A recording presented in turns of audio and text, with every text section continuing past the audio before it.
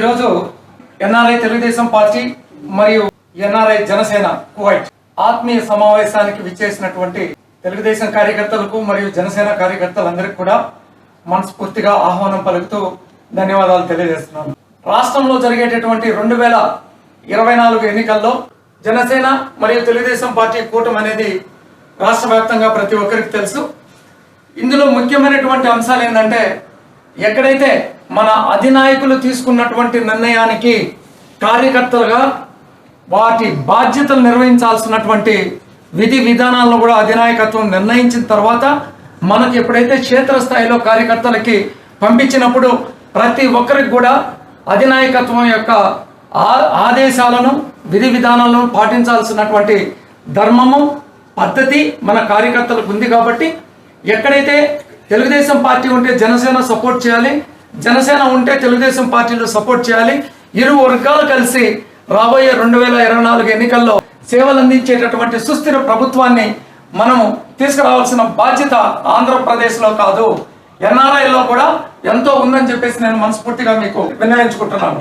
కారణం ఏమిటంటే, ఒక్క ఎన్ఆర్ఐ అమ్మ నాన్న అవ్వ తాత అక్క చెల్లెళ్ళు అదేవిధంగా చెల్లెళ్ళు భర్తలు ఇంకా వదిన గారులు ఎంతమంది ఉన్నారంటే ఒక ఎన్ఆర్ఐ మీద కనీసం 5 నుంచి 10-15 మంది ఆధారపడి ఉంటారు. సో ఇక్కడ ఒక ఎన్ఆర్ఐ కానీ చెప్తే ఆ కుటుంబంలో ఉన్నటువంటి ప్రతి ఒక్కరు కూడా అక్కడ ఓటేసేదానికి ఛాన్సెస్ ఉంటుంది.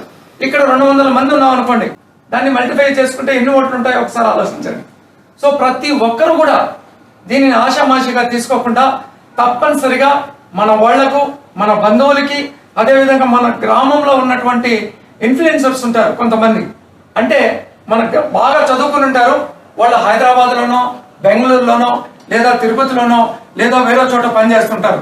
వాళ్ళకైనా సరే మనం ఫోన్ చేసి ఆ సమయానికి, మీరు ఎన్నికల సమయానికి అక్కడికి వచ్చి ఓట్లు వేయవలసిందిగా, 10 మంది దగ్గర వేయించవలసిందిగా ప్రతి ఒక్కరిని మనం చెప్పాల్సిన బాధ్యత ఎన్ఆర్ఐలుగా కార్యకర్తలుగా మన మీద ఉంది. అదేవిధంగా మనం ఎన్ఆర్ఐలుగా చేయాల్సినటువంటి ముఖ్యమైన అంశాలు కొన్ని ఉన్నాయి. ఏంటంటే, సోషల్ మీడియాలో ఉన్నటువంటి అంశాలని మనం తప్పనిసరిగా పార్టీ ఇచ్చినటువంటి కొన్ని సోషల్ మీడియా యాక్టివిటీస్ని ప్రజల్లోకి తీసుకెళ్ళి తద్వారా చైతన్యం తీసుకొచ్చి ప్రజల్లో ఒక మార్పును తీసుకొచ్చే విధంగా ప్రతి ఒక్కరూ కృషి చేయాలి. ప్రతి ఒక్కరితో మనం లింకేజ్ చేసుకొని వాటిని ముందుకు తీసుకుపోవాల్సినటువంటి అవసరం ఉంది. ఎన్నికలు ఇంకా వచ్చేసి 45 రోజుల్లో 1 month ఉంటుంది, ఇంకా డేట్ ఫిక్స్ కాలేదు. అయిన తర్వాత ప్రతి ఒక్కరూ చేయాల్సిన బాధ్యత, మన బాధ్యత ఎన్ఆర్ఐలుగా ఇక్కడి నుంచి ప్రతి ఒక్కరూ వెళ్ళి అక్కడికి ప్రచారం చేసి ఆ ప్రచారంలో 10 మందిని కూడా మనం ముందుకు తీసుకొచ్చి ఓట్లు వేసే విధంగా చేయాలి. ఇప్పుడు పార్టీని ప్రభుత్వంలోకి, అధికారంలోకి తీసుకురావాల్సిన బాధ్యత మనకుంది. ప్రజలకు పనికొచ్చే ప్రభుత్వం ఉండాలి.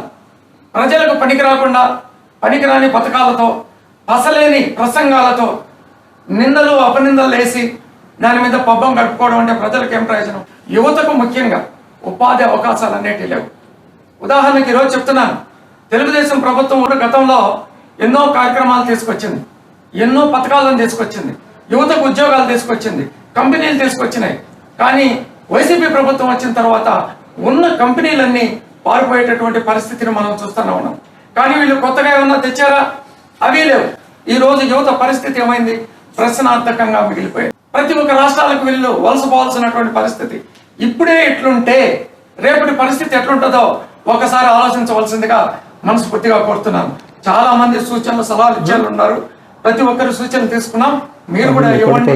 రాష్ట్రంలో మనం మన బాధ్యత ఏంది, మన యొక్క పాత్ర ఏంది, మనం ఏం చేయాలి, ఏ విధంగా ముందుకు పోవాలి, ఎటువంటి కార్యక్రమాలతో మనం ముడిపడి రాష్ట్రంలోకి వెళ్ళి అక్కడ ప్రచారం చేసి ప్రభుత్వాన్ని మన 2 కూటమిగా జనసేన టీడీపీ ఉన్నటువంటి ఈ 2 పార్టీలను కూడా అధికారంలోకి తీసుకురావాల్సిన బాధ్యత ఒక కార్యకర్తగా మందే కాదు, ఈ రాష్ట్ర వ్యాప్తంగా ప్రతి ఒక్కరి మీద ఉందని చెప్పేసి ఈ సభాముఖంగా మీకు మనవి చేస్తూ అవకాశం కల్పించినటువంటి టీంకి ప్రతి ఒక్కరు కూడా ధన్యవాదాలు తెలుపుతూ విరమించుకుంటున్నాను.